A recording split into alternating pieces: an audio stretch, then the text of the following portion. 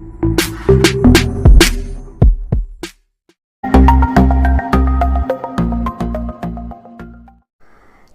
అండి, ఎలా ఉన్నారు అందరూ? బాగున్నారా? నేనైతే బాగున్నానండి. మీ అందరికీ అమ్మవారి ఆశీస్సులు ఎల్లప్పుడూ ఉండాలని కోరుకుంటూ ఈ రోజున ఒక అద్భుతమైన ఒక పరిహారంతో మీ ముందుకు వచ్చాను. ఈ జ్యేష్ఠ పౌర్ణమిని ఏరువార పౌర్ణమి లేదా ఏరువాక పౌర్ణమి అని అంటారు. పంచభూతాత్మకమైన ప్రకృతిని దైవంగా ఆరాధించడం మన భారతీయుల యొక్క సాంప్రదాయం. వ్యవసాయ పనులు ప్రారంభానికి ముందే భూమి పూజ చేయడం అనేది అనాదిగా వస్తున్న ఆచారం అండి. పొలాల్లో దుక్కి దున్నడాన్ని ఏరువాక అంటారు. ఏరు అంటే ఎత్తుల్ని కట్టి దున్నడానికి ఆరంభం అని చెప్తారు. అలానే ఈ రోజును కొన్ని ప్రాంతాల్లో వట సావిత్రి వ్రతాన్ని కూడా చేసుకుంటారండి. అలా కూడా అంటారండి. జీవితం కోసం, అదృష్టం కోసం, శ్రేయస్సు, దీర్ఘాయస్సు కోసం, భర్తల శ్రేయస్సు కోసం మర్రి చెట్టుకి ఈ రోజున పూజ చేసుకుంటారు. ఈ ఏరువాక పౌర్ణమి రోజున అధిక లాభాలు కలగడానికని ఒక చిన్న పరిహారాన్ని అయితే ఇక్కడ చెప్తానండి. దానికన్నా ముందు ఒక చిన్న రిక్వెస్ట్ మీ అందరికీ. ఇది కేవలం ఏరువాక పౌర్ణమి రోజున చేసుకునే పరిహారం కాబట్టి మీరు చేసుకునే ఫలితం పొందడమే కాక 10 మంది కూడా ఈ వీడియోని చూసి వారు ఫలితం పొందేలా ఒక లైక్ ఇవ్వడం మాత్రం మర్చిపోకండి. ఇంకా మరెన్నో మంచి వీడియోస్ని మీ ముందుకు తీసుకొచ్చేలా నాకు కాస్త ఇంట్రెస్ట్ ఇచ్చిన వారు అవుతారు. ఇక సబ్స్క్రైబ్ కాని వారు ఉంటే ఎన్నో రకాలైన సమస్యలకు సంబంధించిన పరిహారాలు ఉన్నాయండి మన ఛానల్లో. మీరు ఒక్కసారి ఛానల్లోకి వెళ్ళి చూడండి. మీరు చేయగలిగే పరిహారాన్ని మీరు ప్రయత్నం చేయండి. మీకు వచ్చిన మార్పునైతే నాతో షేర్ చేసుకోండి. ఇక సబ్స్క్రైబ్ కాకుండా ఉంటే సబ్స్క్రైబ్ చేసుకుని నోటిఫికేషన్ వచ్చేలా ఆల్ అనే ఆప్షన్ని తప్పకుండా ఆన్లో పెట్టుకోండి. సరేనండి, ఇక పరిహారం మాటకు వెళదాము. ఇక్కడ మీరు చూస్తున్నారు కదండి, మర్రి చెట్టు. ఎవరైతే మర్రి చెట్టు దగ్గర ఈ చిన్న పరిహారం చేస్తారో వారికి అత్యంత అద్భుతమైన ధనలాభం కలుగుతుంది. మీ మనసులో ఉన్న ప్రతి కోరిక నెరవేరుతుంది. ధనలాభం కలగడంతో పాటు శత్రువుల నుంచి మీకు కలిగే ఇబ్బందులు ఏమైనా ఉంటే వాటి నుంచి కూడా మీకు విముక్తి లభిస్తుంది. అలానే వివాహానికి సంబంధించిన సంబంధాలు అనేవి సరిగ్గా రావటం లేదు అంటే మీరు చేసుకుందాం అనుకుంటున్నారు, కానీ కుజదోషం ఉంది, రాహుకేతు శని దోష ప్రభావాలు కూడా ఉన్నాయి. ఆ దోషాలతో పెళ్లి కాని వారు ఈ పౌర్ణమి రోజున ఈ పరిహారాన్ని చేసుకోవడం వల్ల వివాహానికి సంబంధించిన ఆటంకాలన్నీ కూడా తీరిపోయి వివాహం అవుతుందండి. ఎందుకు ఈ పరిహారాన్ని ఎవరు చేయాలి, ఎవరు చేయకూడదు, ఇవన్నీ కూడా చెప్తానండి. ఇక్కడ వ్యాపారం చేసేవారు అంటే వ్యాపారం సరిగ్గా నడవకపోయినా మీ వృత్తి వ్యాపారాల్లో సరైన లాభాలు రాక బాధపడుతుంటే ఈ పరిహారాన్ని చేసుకోవచ్చు. పర్టికులర్గా ఈ సమస్య అనేది కాదండి. మీ జీవితంలో అంటే ప్రతి ఒక్క మనిషి జీవితంలో సమస్యలు ఉంటాయి. ఏ సమస్య అయినా సరే అంటే ఆ సమస్య నుంచి మీరు బాధపడుతుంటే ఈ పరిహారాన్ని చేసుకోవచ్చు. ఎందుకంటే మనిషి జీవితంలో ఏదో ఒక సమస్య ఉంటూనే ఉంటుంది. సమస్య లేని మనిషి అంటూ ఎవరు కూడా ఉండరు. ఏ సమస్య ఉన్నా కానీ ఈ పరిహారాన్ని చేసుకోవచ్చు. కొన్ని పర్వదినాల్లో ఒక శక్తి అనేది కలిగి ఉంటాయండి పర్వదినాలు. అలాంటి శక్తివంతమైన రోజుల్లో మనం చేసుకుంటే మనకి అధికమైన లాభాలు కలుగుతాయి. అయితే ఈ పరిహారాన్ని ఆడవారైనా మగవారైనా ఎవరైనా చేయొచ్చండి. వీరు చేయకూడదు అనేది లేదు. ఇంకా నెలసరిలో ఉన్నప్పుడు మాత్రం మీరు ఈ పరిహారాన్ని చేయకండి. ఇంకా మీ ఏంటైనా పెద్ద కర్మ కాకుండా ఉంటే అప్పుడు కూడా చేయకండి. ఎవరైనా మరణించి పెద్ద కర్మ కాకుండా ఉంటుంది కదండి, ఆ రోజుల్లో చేయకండి. పెద్ద కర్మ అయిపోయిన తర్వాత మీరు చేసుకోవచ్చు, ఇబ్బంది ఏం లేదు. ఈ పరిహారాన్ని ఏరువాక పౌర్ణమి రోజున చేసుకోవాలి. అది కూడా మీరు ఉదయం 6 గంటల నుంచి సాయంత్రం 5 గంటల లోపుగా ఎప్పుడైనా చేసుకోవచ్చు. మీకు కుదిరిన టైంలో చూసుకోండి. 6 గంటల నుంచి సాయంత్రం 5 గంటల లోపుగా చేయండి. ఈ పరిహారాన్ని మీరు మర్రి చెట్టు దగ్గర చేయాలి. ఆ చెట్టు గుడిలో ఉన్నా పర్వాలేదండి, లేదంటే మీ చుట్టుపక్కల ఎక్కడైనా మర్రి చెట్టు ఉంటే కనుక అక్కడికి వెళ్ళి పరిహారాన్ని చేసుకోవచ్చు. లేదంటే కుండీలో పెట్టుకుని పెంచుకునేవారు కూడా ఉంటారు కదండి, అలా కుండీలో పెట్టుకుని పెంచుకునేవారైనా సరే ఆ కుండీలో ఉన్న ఆ మొక్క దగ్గరైనా సరే ఈ పరిహారాన్ని చేసుకోవచ్చు. ఇది కేవలం మర్రి చెట్టు దగ్గర మాత్రమే చేసుకునే పరిహారం అండి. ఈ పౌర్ణమి రోజున మర్రి చెట్టు దగ్గర అత్యద్భుతమైన శక్తి అనేది ఉంటుందండి. మర్రి చెట్టుని సాక్షాత్తు శివస్వరూపం అని కూడా చెప్తారు. ఇక పరిహారానికి కావాల్సిన పదార్థాలు ఏంటో ఇక్కడ చెప్తాను చూడండి. పసుపు కావాలి, అలానే ₹1 బిళ్ళ, అలానే కాపర్ చెంబు నిండుగా నీళ్ళు కావాలండి.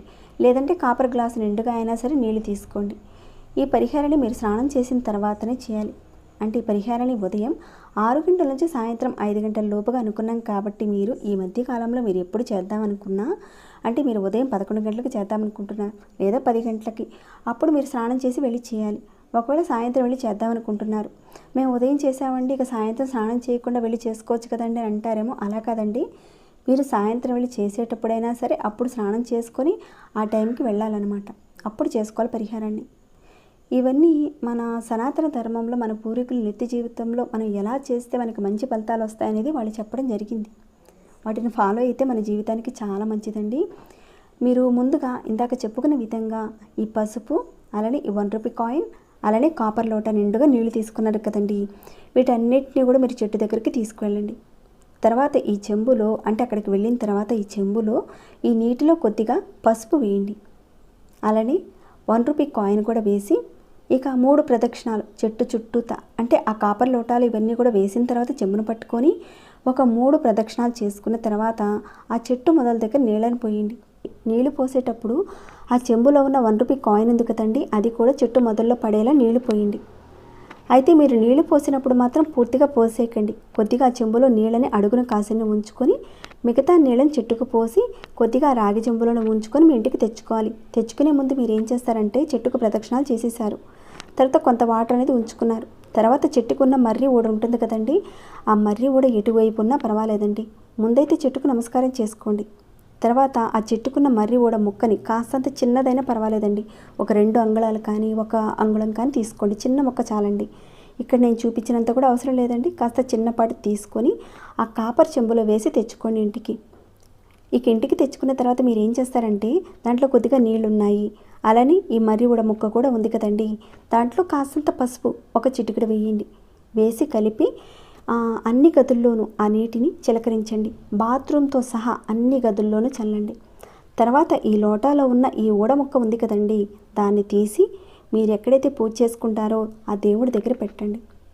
ఇక ఆ రోజు మొత్తం, అంటే ఈ రోజున మీరు ఉదయం 10 గంటలకు చేశారు, లేదంటే సాయంత్రం 4 గంటలకు చేశారు, ఇక దేవుడి దగ్గర అలానే ఉంచండి. అంటే ఆ రోజు రాత్రి మొత్తం కూడా అలానే ఉంచండి. ఇక తర్వాత రోజున మీరు పౌర్ణమి రోజున ఏ సమయంలో ఈ పరిహారాన్ని చేశారో 4 గంటలకు కానీ లేదంటే 10 గంటలకు కానీ చేశారు పౌర్ణమి రోజున, తర్వాత రోజున కూడా అదే సమయంలో మీరు స్నానం చేసుకొని దేవుడి దగ్గర ఉంచిన ఆ మర్రి ఊడ ముక్క ఉంది కదండి, దాన్ని అదే సమయంలో తీసి ఒక పేపర్లో పెట్టి కాస్త మడిచిపెట్టి దానిని మీరు డబ్బులు దాచుకునే ప్రదేశంలో కానీ లేదంటే మీ పర్సులో కానీ లేదంటే మీ హ్యాండ్ బ్యాగ్లో కానీ పెట్టుకోండి. మీరు మళ్ళీ నెక్స్ట్ పౌర్ణమి వచ్చే వరకు మీరు తీయాల్సిన అవసరం లేదండి, అలానే ఉంచుకోవచ్చు. దానికి ఎలాంటి మహిళా నిబంధన అంటూ ఏదీ లేదండి. ఇలా మీరు చేయడం వల్ల ఈ పౌర్ణమి రోజున మీరు శివారాధన చేస్తే ఎంత పుణ్యం వస్తుందో అంతకు మించిన ఫలితాన్ని పొందుతారు. భూత ప్రేత ఇలాంటి గణాలు ఏవైతే ఉన్నాయో అవన్నీ కూడా శాంతిస్తాయండి. మీకు ఏవైతే సమస్యలు ఉన్నాయో అవన్నీ కూడా తగ్గిపోతాయి. మీ మనసులో ఏవైతే ఇబ్బందులు కలుగుతున్నాయో, అనేక రకాలుగా సంఘర్షణకు లోనవుతూ ఉంటారు, అదంతా కూడా తగ్గిపోతుంది. ధన రాబడి పెరుగుతుంది, శత్రువు నుంచి రక్షణ పొందుతారు. మీ జీవితంలో ఏది కావాలని కోరుకుంటున్నారో ఒక కోరికను మీరు బలంగా సంకల్పించుకొని చెప్పుకోవడం వల్ల అది నెరవేరుతుందండి. అంటే ప్రతి ఒక్క మనిషి జీవితంలో ఏవో ఒక సమస్యలు ఉంటాయి. ఏ టు జెడ్ సమస్యలు ఏవైతే ఉన్నాయో ఏ సమస్యకైనా సరేనండి ఈ పరిహారాన్ని చేసుకోవచ్చు. ఈ సమస్యకు చేసుకోవచ్చా, ఈ సమస్యకు చేసుకోకూడదా అనేది ఏది లేదండి. మీకున్న సమస్యను బట్టి తప్పకుండా మీరు మర్రి చెట్టు దగ్గరికి వెళ్ళి ఇప్పుడు చెప్పుకున్న పరిహారాన్ని చేసుకోండి. ఇలాంటి పర్వదినాల్లో పరిహారాలు చేసుకోవడం, పూజలు చేసుకోవడం మాత్రం మిస్ చేసుకోకండి. చాలా మంచి ఫలితాలు వస్తాయండి. తప్పకుండా చేసుకొని మీరందరూ కూడా లాభపడాలని నేను కోరుకుంటున్నాను. ఇక ఈ వీడియోని ముగిస్తున్నాను. ఇంకేమైనా డౌట్స్ ఉంటే కనుక అడగండి, తప్పకుండా రిప్లై ఇస్తాను. అలానే లైక్ చేయకుండా ఉంటే లైక్ ఇవ్వండి, సబ్స్క్రైబ్ కాకుండా ఉంటే సబ్స్క్రైబ్ చేసుకొని ప్రతిరోజు మన ఛానల్ నుంచి వచ్చే వీడియోస్ని వాచ్ చేస్తూ ఉండండి. మరొక భక్తి వీడియోలో మళ్ళీ మిమ్మల్ని కలుసుకుంటాను. అంతవరకు సెలవు.